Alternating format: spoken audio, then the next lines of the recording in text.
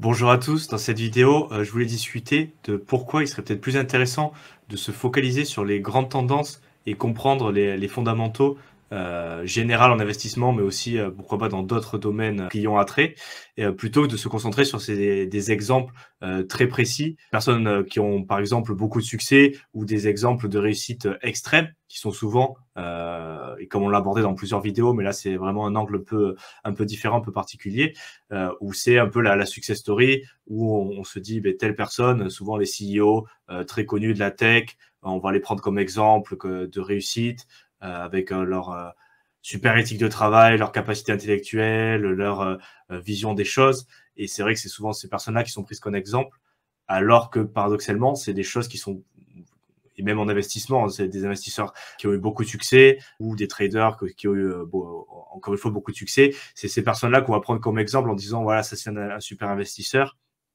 Mais c'est vrai que par définition, s'ils ont beaucoup de succès et qu'ils sortent du lot, pour toi, ça va être beaucoup plus compliqué de le répliquer. Il y a très sûrement, et comme on l'a vu aussi dans d'autres vidéos, une part de chance, une prise de risque, pourquoi pas peut-être très importante. Donc on sait jamais entre avoir eu beaucoup de chance, avoir pris beaucoup de risques, là où ils ont mis le curseur ces personnes-là, s'ils ont été aidés. Et donc au final, c'est un peu pas dangereux, mais ça va être beaucoup plus compliqué d'émuler le succès de ces personnes-là. Et c'est peut-être plus intéressant, et même c'est plus intéressant, c'est ce que je voulais discuter avec toi, de s'intéresser, tu vois, aux grands principes d'investissement, les patterns, je sais pas comment on dit en français, Bah, les schémas un peu. les tendances, ouais, Ouais. les grandes tendances générales qui font que tu vas voir, tu vas réussir ou non, tu vois. Et c'est des choses beaucoup plus applicables, qui sont certes moins impressionnantes, mais qui font au final que tu vas réussir. Tu vois, par exemple, on dit toujours Warren Buffett, c'est un super investisseur, il a une grosse capacité. Et il y a aussi le fait qu'il a, qu'il a commencé à investir à partir de l'âge de 10 ans, je crois, ou enfin un truc Non, complètement c'est plus, un peu plus. Je crois que c'est 15 ans, un truc comme ça. voilà, mais qu'il a commencé à investir dans tous les cas très jeune et qu'avec les intérêts composés sur toute sa vie à 90 ans, euh, je pense, je sais plus les chiffres encore une fois, j'ai précis, mais il me semble qu'il a eu ses deux ou trois premiers milliards. Il a mis 65 ans pour les avoir et les 80 qui viennent après, un ordre de grandeur. Encore une fois, je ne dis pas que c'est les chiffres précis, c'est juste pour donner un ordre de grandeur. Où au final, la plus grosse partie de sa richesse, il a eu dans le dernier quart de, de sa vie. Il est toujours en vie, Bah, en mais fait, ouais, j'ai les chiffres là. À donne un peu plus 14 de ans, il a précision. commencé à investir. Il avait donc c'était 5000 euros, enfin 5000 $ lorsqu'il avait 14 ans. Il est devenu millionnaire à 30 ans. À 36 ans, il avait 8 millions de patrimoine. À 44, 19 millions. À 53, 620 millions. À 66, 17 milliards. 83 ans, 58,5 milliards. Et aujourd'hui, il a une fortune personnelle estimée à, attention, roulement de tambour, 106,8 milliards. Donc en fait, Ouais. plus de 90-93% de sa richesse, ça s'est fait après ses 50 ans, quoi. 50-60 ans. Quoi. Mmh. Donc voilà, c'est vraiment le côté exponentiel et le fait d'être longtemps dans le marché. Donc au final, il y a plein de choses. Bon, c'est sûr, il a des capacités exceptionnelles d'investissement, il s'intéresse, mais il y a aussi le fait qu'il est resté longtemps dans le marché, qu'il est jamais sorti, qu'il a laissé les intérêts composés rouler pendant presque un siècle. Bon, peut-être pas un siècle, mais quasiment sur plusieurs dizaines et dizaines et dizaines d'années. Et qu'il est jamais sorti, il s'est jamais fait rect, quoi, pour utiliser un truc de crypto. Mm. Il a toujours gardé ses investissements et le fait d'être prudent aussi et de pas devoir sortir, pas avoir fait trop de leverage. J'ai vu l'exemple aussi de leur troisième cofondateur qui pour le coup est passé est beaucoup moins connu de Berkshire Hathaway. Donc il y a Warren Buffett, Charlie Munger. Munger, ou je sais pas comment ça se dit, et il y en avait un troisième, je ne me rappelle plus son nom, mais qui s'est fait sortir très rapidement alors qu'il était considéré largement aussi bon, voire même peut-être un peu plus intelligent que les deux autres, mais qui a voulu aller plus vite, qui a pris beaucoup d'effets de levier et qui s'est fait sortir. En fait, il a dû vendre ses positions et il a été racheté par Warren Buffett assez tôt dans l'histoire de Berkshire Hathaway. Et ça fait que du coup, alors qu'il aurait pu être un membre aussi important euh, de ce fonds Et tu le d'investissement faut. du fonds, il s'est fait racheter très rapidement parce qu'il a voulu aller trop vite, il a pris l'effet de levier et il s'est fait sortir. Et du coup, c'est sur ces tendances, encore une fois, tu vois, c'est rester longtemps dans le marché. Et c'est l'investissement fondamental qu'on a parlé, mais ça paraît intéressant de l'attaquer sous un autre angle et pour dire, tu vois, c'est possible que c'est peut-être moins, encore une fois, sexy que de se dire, je vais investir, on va avoir beaucoup de succès, ça va faire des fois 100, des fois 1000. Mais moi, je suis persuadé qu'en se basant sur les fondamentaux, tu vois, investir dans des actifs pour les détenir sur le long terme, en gérant bien son risque et aussi à toute la partie marge de sécurité, tu vois, toutes ces discussions-là, d'avoir son épargne de sécurité, le ROI sur le cash aussi, tu vois, justement, ce qui est passé à leur associé, justement, d'avoir du cash, de la marge de sécurité dans ton plan, dans ta stratégie, pour justement le moment où ça va mal, et pas être full leverage et de devoir sortir du marché. On ne peut pas calculer le rendement. Et c'est vrai que les gens, ils ont tendance à se dire, et moi, ça m'est arrivé aussi sur le premier bull run, de se dire, il faut que j'ai aucun cash, il faut absolument que je sois investi à 100%, tu vois, sur tous les actifs. Donc, bien sûr, j'avais ma marge de sécurité, mais c'est vrai que j'avais réduit quand même pas mal le matelas d'épargne. Et parce que tu dis, il faut absolument que j'ai les actifs qui montent. Mais de l'autre côté, si tu n'as pas bien géré ton risque et que tu te retrouves à devoir vendre ces actifs au plus bas ou que tu es dans tous les cas, à un moment que tu n'as pas choisi, à un moment qui ne t'arrange pas parce que tu vas peut-être devoir encaisser des pertes, le ROI sur ce cash que tu as peut-être eu 1% à la banque ou je sais pas quoi, si parallèlement ça te permet de pouvoir rester dans le marché, de ne pas devoir vendre tes actifs au plus bas, ça va être très difficile à estimer, mais je te garantis que c'est pas 1%, tu vois, même pour pouvoir continuer de jouer le jeu, continuer à rester dans le marché, à continuer aussi pour vivre sa vie normalement, il y a toutes ces notions-là de gestion de risque qu'il faut, à mon avis, tu vois, avoir en compte, et c'est ce qui fera au final que ton investissement sera rentable et que tu seras bien ou pas, quoi, tu vois. Et on a trop tendance encore à prendre comme exemple, et ça m'énerve un peu, tu vois, les CEO, les grands mecs qui ont réussi à dire, ouais, ben regarde, fais comme lui, la morning routine et tout ça, alors qu'au final, il y a des principes beaucoup plus applicables, tu vois, dans ta vie, qui sont peut-être moins impressionnants et un peu plus ennuyeux, mais qui au final font des résultats beaucoup plus importants. Après, je Déjà, donne un pour en dernier revenir, exemple, hein. pour en Vas-y, revenir allez, un peu continue. sur ton cash, sur l'idée que tu as dit pour le cash, ce qu'il y a dans la tête de beaucoup de gens, et moi, c'est la réflexion que je m'étais faite quand je commençais dans l'investissement, c'était, tu sais, on disait tout le temps, c'est pas bien d'avoir du cash parce que tu as l'inflation, parce que tu te fais grignoter ton truc. Donc, en fait, c'est un peu la patate chaude. Tu te dis, punaise, il faut pas que j'en ai. Tout de suite, tu vas vouloir l'investir, tu vas vouloir le placer, parce qu'une fois que c'est placé, tu dis, c'est bon, j'ai fait mon travail d'investisseur, il n'est pas à la banque et c'est bon, je suis tranquille. Sauf que tu as raison de dire qu'il y a un vrai coût d'opportunité là-dessus. Et c'est toujours une relation entre le risque et le rendement, ça en revient tout le temps dessus. Parce que le risque que tu prends en gardant du cash, c'est quoi? C'est de te le faire grignoter en réalité par l'inflation. C'est ça le risque en réalité que tu vas prendre.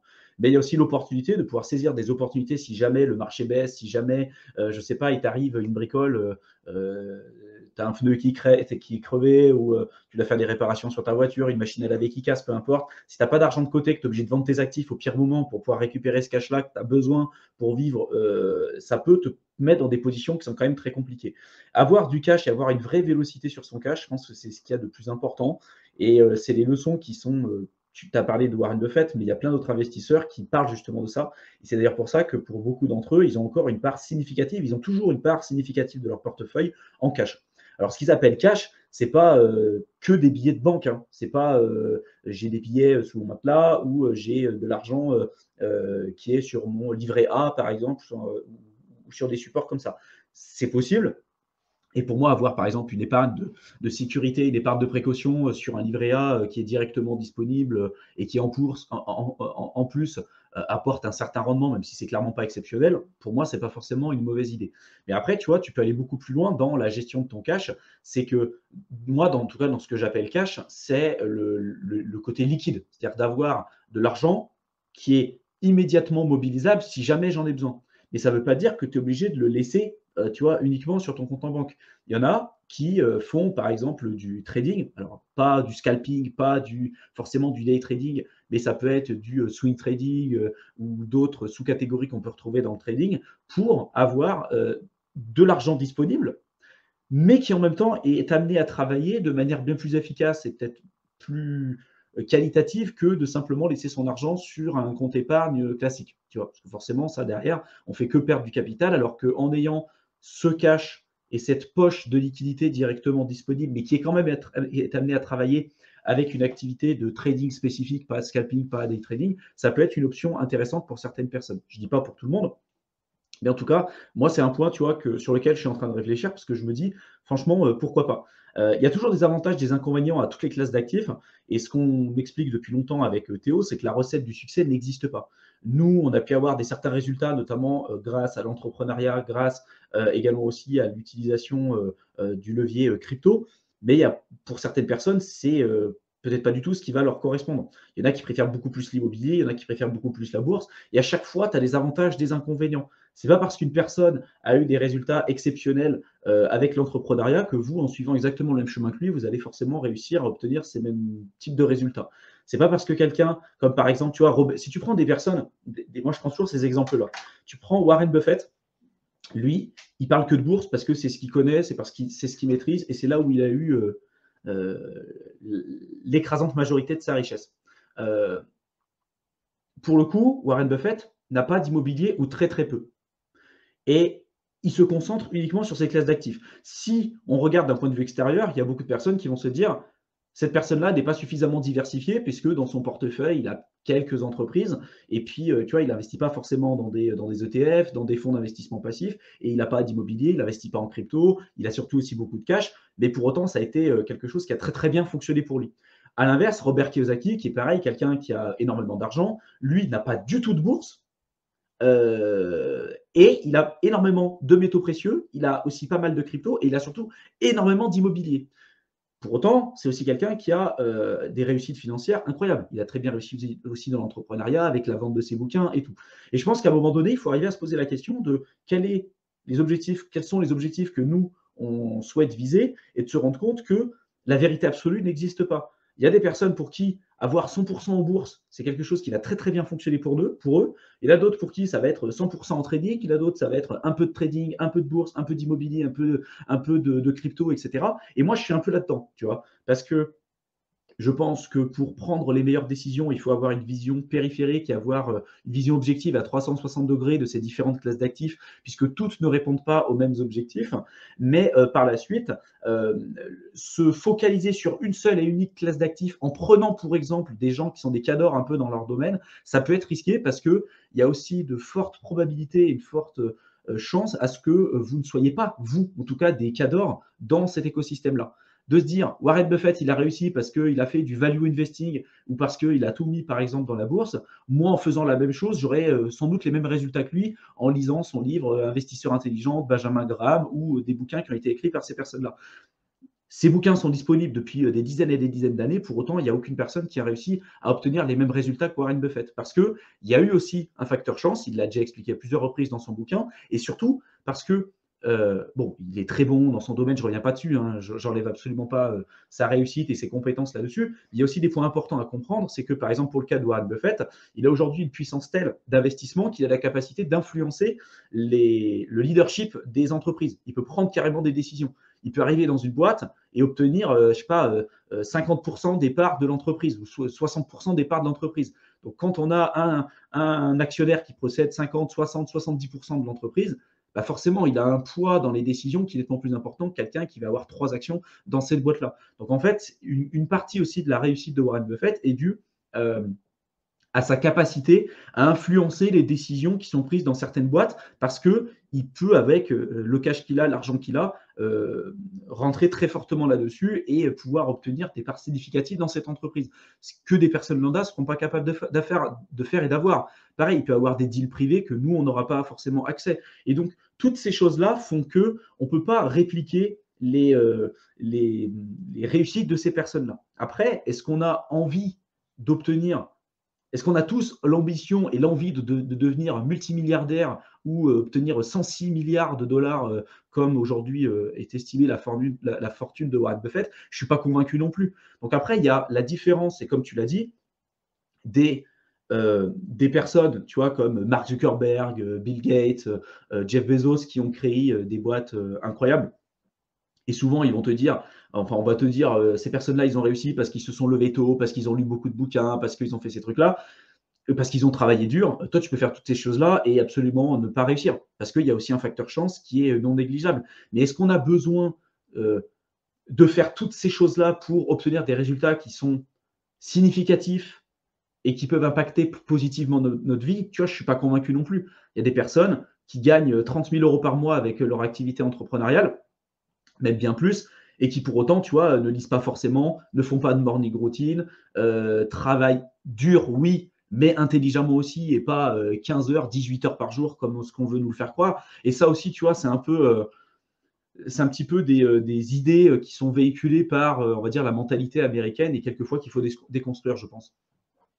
Ouais, tout à fait. Après, c'est justement tout ça que je voulais, euh, tout ce que tu viens de citer, tous ces exemples-là, mais justement, c'est ce qu'il faut pas forcément regarder parce que c'est vrai que c'est un peu utopique et comme tu l'as dit à l'américaine et c'est plus se concentrer, voilà, être beaucoup plus humble encore une fois et se concentrer sur quels sont nos objectifs et qu'est-ce qui a marché historiquement et quelles sont les grandes idées ou les grandes tendances qui permettent d'y arriver, tu vois. Et au final, on se rend compte que c'est pas en y passant énormément de temps, en faisant des trucs de partout, où vraiment tu peux avoir des résultats exceptionnels. Et il y en a plein dans pas mal de bouquins où ils donnent des exemples où des mecs super sophistiqués, de Merrill Lynch, des gros banquiers d'affaires, avec une culture financière plus importante que 99,99% des gens, mais qui ont eu les yeux plus gros que le ventre, qui voulaient aller trop vite, donc qui ont pris trop de levier, qui se sentaient trop sûrs d'eux et qui sont brûlés les ailes.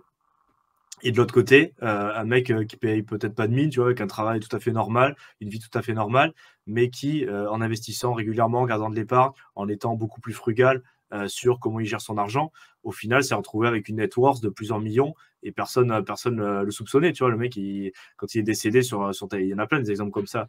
Le mec, il paye pas de mine et au final, il a appliqué des principes, tu vois, et il a rien fait, tu vois, avec peut-être quasiment aucune éducation financière, mais il investit petit à petit, il est resté longtemps sur le marché, je parle du marché des actions dans ce cas-là, hein, et au final, avec les intérêts composés, petit à petit, avec l'historique qu'on a, qu'au final, bon, il y a beaucoup d'années en perte, il y a beaucoup d'années où tu gagnes, mais grosso modo, tu gagnes quand même de l'argent, et le fait de rester longtemps dans le marché, ben, si tu fais ça pendant 50 ans, théoriquement, tu auras plus d'argent, et même beaucoup plus que ce que tu es parti au début. Et tu vois, c'est ces tendances-là, je pense, pour les gens comme nous, tu vois, les mecs lambda concrètement, tu vois, qu'il faut viser, qu'il faut se renseigner, et c'est beaucoup plus rassurant, tu vois, d'avoir ces notions-là. Par exemple, je viens de finir aussi un livre j'écoute un influenceur crypto australien que j'aime beaucoup, qui a conseillé un livre sur la finance personnelle et comment se sentir financièrement, qui s'appelle Barefoot Investor.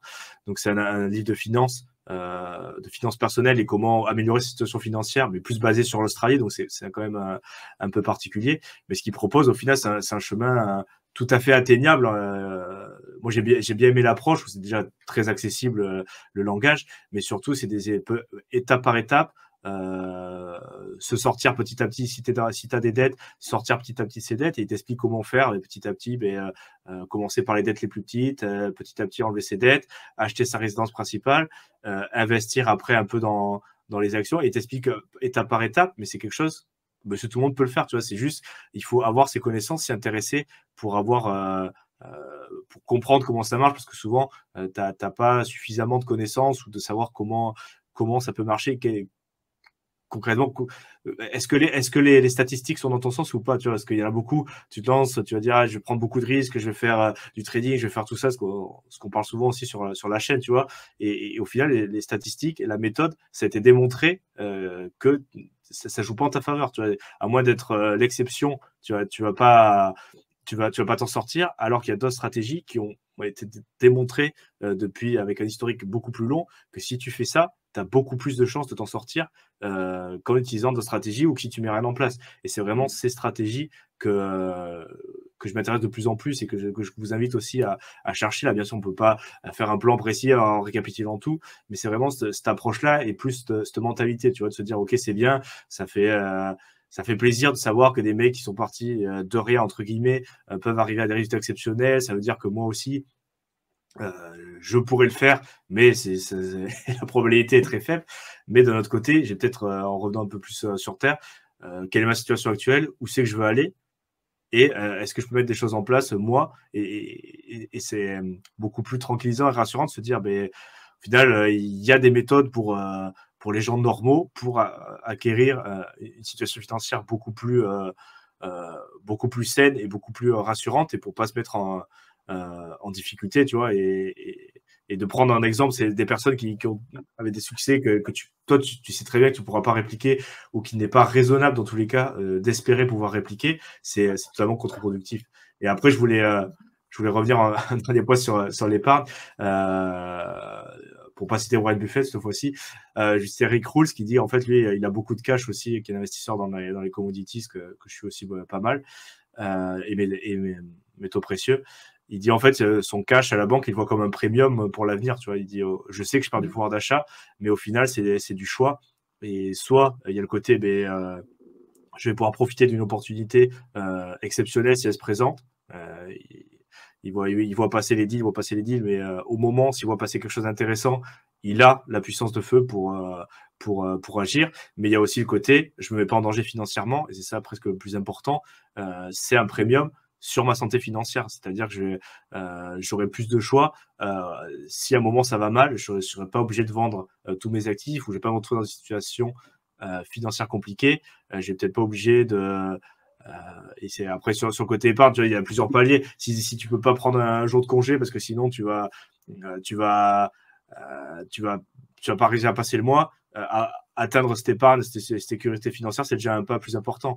Si t'es pas bien dans ton travail, mais que tu peux pas le laisser, tu peux pas te permettre de prendre un mois ou deux pour faire une recherche, si tu arrives à acquérir cette sécurité, c'est déjà un pas beaucoup plus important. Si tu arrives, tu vois, t'en as marre de ton taf et tu peux te laisser quelques mois le temps de trouver quelque chose de mieux et de pas prendre le premier truc qui vient, c'est encore, tu vois, et ainsi de suite, tu vois. Et du coup, vraiment, acquérir une meilleure sécurité financière, tu vois, c'est quelque chose que tout le monde devrait viser juste pour le choix que ça te permet de faire. Tu vois, c'est même pas l'argent, c'est le temps que ça permet de faire. Et encore, pour finir, peut-être un peu après, je te laisserai rebondir, mais une des grosses tendances aussi qui a été notée, et ça c'est dans toutes les cultures, c'est beaucoup plus, l'historique est beaucoup plus long, pardon, c'est qu'au final, pour avoir une vie qui soit la plus heureuse possible, il faut avoir le choix et il faut avoir des possibilités, essayer de passer du temps avec les personnes que tu apprécies. Tu vois, il y a personne qui dit quand des personnes âgées disent j'aurais bien aimé passer mon TOEIC ou j'aurais bien aimé faire plus de réunions avec mes collègues au boulot. C'est vraiment j'aurais aimé passer plus de temps avec les personnes que j'appréciais et du coup c'est vraiment l'argent, c'est ce que ça te donne cette possibilité ou du moins ça te restreint pas, tu vois, tu n'es pas obligé de accepter n'importe quoi dans le travail, tu n'es pas obligé de faire ou d'être obligé de subir un contrôle sur ton temps très important et ça te donne cette liberté et donc du coup s'intéresser au principe de comment atteindre cette liberté c'est quelque chose qui me paraît intéressant et c'est pour ça qu'on fait cette vidéo qui est très peu de choses à voir avec la crypto, c'est vrai, mais ça explique aussi un peu le background et pourquoi on fait tout ça, parce que c'est vrai que des fois ça peut être un peu le discours, tu vois, bon, il faut investir, il faut faire ça et tout, mais aussi le pourquoi et trucs un peu transversal, je sais pas comment ça se dit, et je pense que ça peut être intéressant d'expliquer aussi le pourquoi, parce qu'au final, c'est jamais, encore une fois, gagner de l'argent pour gagner de l'argent, tu vois. Les gens, ils disent, je Non, vais bah, être... l'argent, c'est un outil. C'est pas. Beaucoup de gens vont avoir après des blocages psychologiques qui peuvent être dus et induits à une mauvaise expérience avec l'argent ou à l'éducation qu'ils auront pu avoir. Et c'est vrai que ça va conditionner tes prises de décision et ce que tu vas faire par la suite.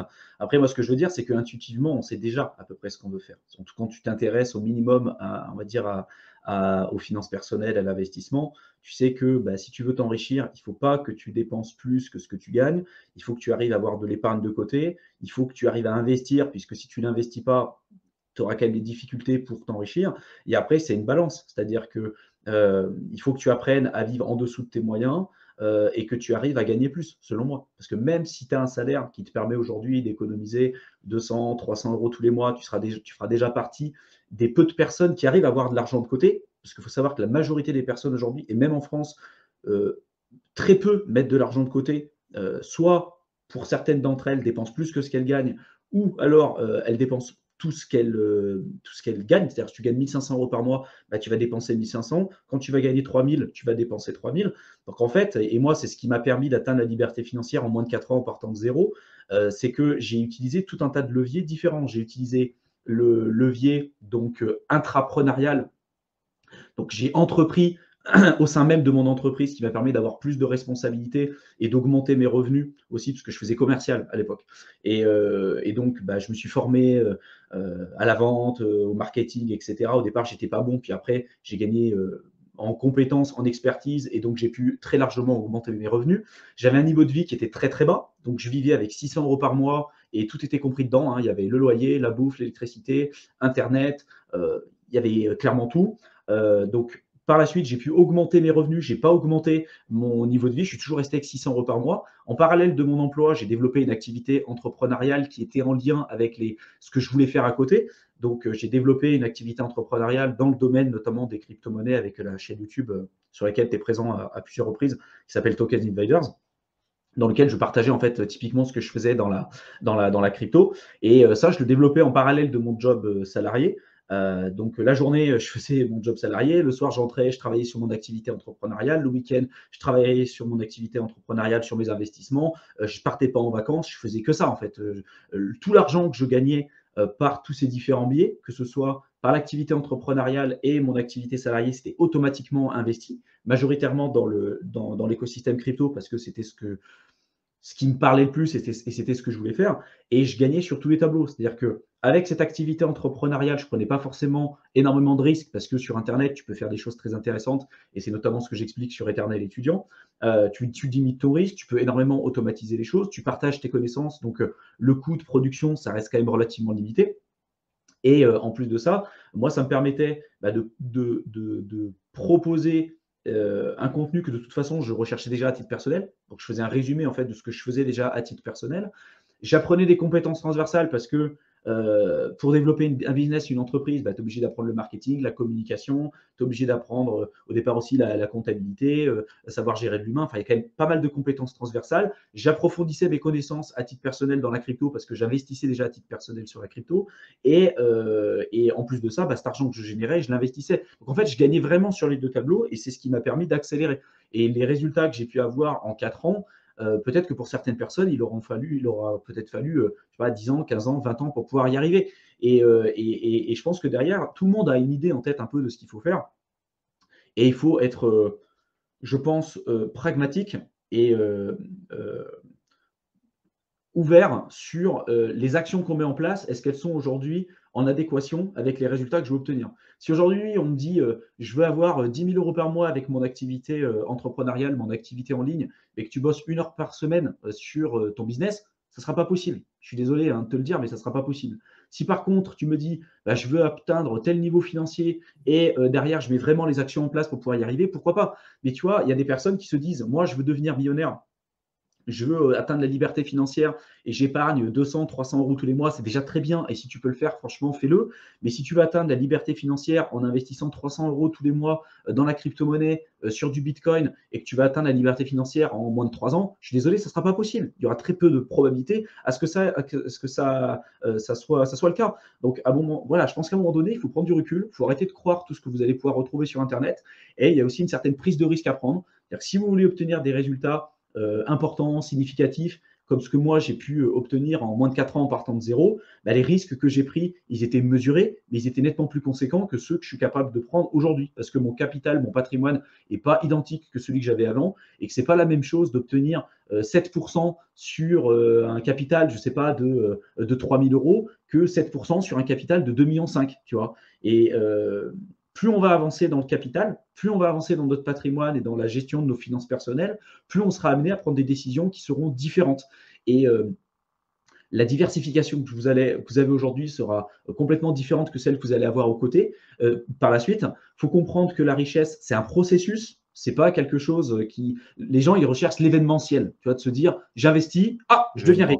J'investis dans la crypto, je mets tout sur le Shiba ou sur un vieux shitcoin et je deviens riche. C'est l'événementiel. Mais derrière, ce qui est important, c'est le process. C'est-à-dire que vous pouvez devenir riche, vous pouvez avoir de la chance sur un projet, et je ne dis pas que ça n'existe pas, ce n'est pas ce qu'on vous invite à faire, parce que derrière, ce qui va vous permettre après, et le plus important, c'est de conserver votre capital, de savoir le préserver. Et ça, c'est l'expérience, c'est l'expertise, c'est le temps, c'est les connaissances qui vont vous permettre de faire ça. Si derrière vous, la seule chose que vous connaissez, c'est de prendre l'argent que vous avez et de le mettre sur un projet que vous ne connaissez pas les tenants, les aboutissants, vous espérez devenir riche du jour au lendemain, mais quand bien même ça arriverait, ça pourra faire comme la plupart des gens qui gagnent au loto, bah, ils repèrent tout très rapidement après, ils peuvent même se mettre dans des positions très compliquées parce qu'ils ne sont pas habitués à gérer de l'argent.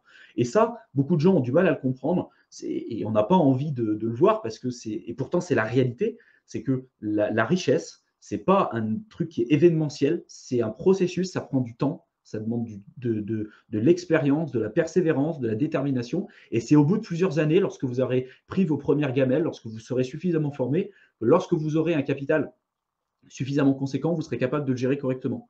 Comment vous pouvez être capable de gérer un portefeuille ou des revenus à 50 000 euros par mois si déjà, quand vous recevez 1 500 euros tous les mois, vous êtes dans des positions compliquées. Et je ne dis pas que tout est forcément de votre faute, mais je pense qu'à un moment donné, il faut reprendre un peu une responsabilité. Enfin, moi, c'est ma manière de vivre. J'ai toujours pris une responsabilité sur tout ce qui m'arrivait, même des choses où je pourrais très bien me dire, bah non, c'est pas de ma faute. Mais à un moment donné, si vous voulez gérer correctement votre capital et si vous voulez avoir des résultats plus importants que la moyenne, vous allez devoir faire des choses différentes de la majorité des gens. Et ça, pour moi, ça vient avec le temps. Et le plus important, c'est pas d'arriver à gagner de l'argent, c'est après arriver à le préserver. Parce que moi, ça m'est arrivé de gagner beaucoup d'argent à un moment donné, de le reperdre et après de comprendre les erreurs que j'ai faites. Mais quand vous avez plusieurs centaines de milliers d'euros que vous avez perdu sur une erreur, sur un coup de tête que vous avez pu prendre, par la suite, vous dites, OK, cette erreur, ça m'a coûté X montant que j'aurais pu utiliser à bon escient. Par la suite, vous allez réfléchir différemment. Et je pense qu'à partir du moment où vous allez apprendre ces erreurs-là et que vous avez compris véritablement le process, vous pourrez arriver à aller plus loin et à avancer, je pense, dans la meilleure direction. Ouais, voilà, ça c'est une vision des choses, hein, quand tu présentes, c'est bien de donner ton exemple personnel. Après, on dit pas que c'est ce qu'il faut faire pour tout le monde, que c'est le chemin idéal. C'est un exemple de ce que tu peux faire. Mais après, c'est très bien pour boucler avec le titre de la vidéo. Il faut être réaliste aussi sur les attentes et comprendre les grandes tendances. Ça fait partie aussi de ça. C'est-à-dire comprendre ce qu'il est possible de faire avec des vrais, le plus rationnellement possible avec les statistiques. Et comme l'a dit Thibaut, avec son exemple, encore une fois, c'est pas pour tout le monde ce qu'il a fait, parce que du coup, il avait peut-être des objectifs et une situation personnelle différente de la vôtre. Donc, il a fait ce qu'il lui pensait ou devait faire pour atteindre ses objectifs, qui seront peut-être totalement différents de ce que vous voulez faire. Par contre, il faut connaître ce qu'il est possible de faire et sur quelle période en fonction des actions qu'on met en place. Donc, bien sûr, c'est pas forcément pour tout le monde et c'est totalement compréhensible, mais s'il y a des objectifs financiers qui sont considérables, il va falloir sûrement mettre des efforts considérables. Si c'est quelque chose de plus modeste et tout à fait acceptable, il faut se renseigner sur comment les atteindre et est-ce que c'est possible. Ce qui est pas normal, c'est d'avoir des objectifs démesurés, comme il l'a dit, et sans mettre en ayant peu d'efforts, que ce soit financier, en termes de temps, en termes de travail qui est fourni. À un moment, ça passera pas, quoi. Si tu as un objectif qui est démesuré et que l'effort est pas fourni, ou que historiquement ou que statistiquement, il y a 1% de chances que ça arrive, ou même moins. Voilà, les statistiques sont pas de ton côté et il y a quand même peu de chances que ça se passe bien. Donc, je pense qu'on va s'arrêter là parce que Juste un dernier truc avant de Vas-y, clôturer, c'est vas-y. que souvent les gens, Vas-y. ils vont voir en fait la finalité, ils vont dire, ils vont voir la personne qui est devenue riche ou qui a reçu, tu vois, qui a un certain résultat, un certain succès financier ou autre, peu importe. Ils vont pas voir toutes les étapes par lesquelles ces personnes-là sont passées. Et tu vois, tu as bien fait de mitiger un petit peu les propos que j'ai dit tout à l'heure. C'est-à-dire que j'ai partagé mon expérience, ce que j'ai fait, ce qui a fonctionné pour moi. Il y a eu aussi une part de chance, il y a eu l'acharnement et la capacité que j'ai de travail que peu de gens sont capables d'avoir aussi, la détermination que j'ai eue, le fait que j'ai jamais abandonné, ça fait partie de mon tempérament, tu vois. Tu me connais depuis un certain temps et tu sais que je suis comme ça. Mais il y a beaucoup de gens pour qui, s'ils avaient suivi le même chemin que moi, ça aurait été, je pense, extrêmement destructeur parce que mentalement, faut arriver véritablement à tenir. Et je pense que la vie que j'ai eue pendant ces années-là, très peu de gens auraient été capables de pouvoir le tenir. Parce que je ne viens pas d'une famille d'entrepreneurs, je ne viens pas d'une famille d'investisseurs. Physiquement, ça a été, physiquement, émotionnellement, mentalement, ça a été aussi très compliqué pour moi. Et les gens, en fait, ont l'impression de se dire, ah bah lui, il a réussi à le faire en 4 ans, moi, je vais faire la même chose. Et en fait, quand tu vois ce que cette personne-là a fait, ou en tout cas les efforts qu'il faut faire pour arriver potentiellement, parce qu'il n'y a aucune garantie de réussite, hein. Vous pouvez faire ça peut-être pendant 5 ans, 10 ans, et ne rien avoir du tout, hein. C'est aussi la réalité, hein. C'est un peu, si vous faites rien, c'est sûr qu'il va rien se passer. Ça, j'en suis convaincu. Si vous faites des trucs, il est possible que ça marche, mais il est aussi possible que ça ne marche pas. Moi, je pense que plus on fait des choses, plus on apprend, plus on se remet en question, plus on a de chance et de probabilité d'arriver à des objectifs qui soient pertinents et intéressants, mais il n'y a aucune garantie. Et c'est ça le truc, tu vois. Je pense que si aujourd'hui je devais refaire ce que j'ai fait, je pense que je le ferais différemment parce que je me suis acharné sur des trucs, des fois c'était juste monstrueux. Et il y a tout un tas de choses sur lesquelles je suis passé à côté, les souvenirs entre amis, les voyages que j'ai pas pu faire avec ma famille, des trucs que j'ai pas pu faire parce que justement je ne m'étais pas autorisé et je me refusais même à un moment donné de prendre des sandwichs, un sandwich à 3 euros parce que je me disais 3 euros investi à 10% sur X années, ça fait tel montant et tout, alors que je gagnais plusieurs dizaines de milliers d'euros par mois à l'époque quand j'étais dans ce truc-là. Maintenant, je suis à plus que ça. Mais en tout cas, c'était plusieurs dizaines de milliers d'euros à l'époque. Et je me disais, même 3 euros, je ne me l'autorisais pas. Tu vois. Et je pense que c'est. Alors, c'est peut-être un niveau de débilité profond aujourd'hui. Avec le recul, je me dis, punaise, c'était quand même sacrément con. Mais c'était pour vous montrer le niveau de. Le tempérament que j'avais, la détermination que j'avais à l'époque. Et je me laissais vraiment aucune possibilité. C'est-à-dire que c'était 600 euros par mois, c'était pas plus. Et donc, à un moment donné, quand je vous parle des résultats que j'ai eus, c'est des choses que j'ai vécues.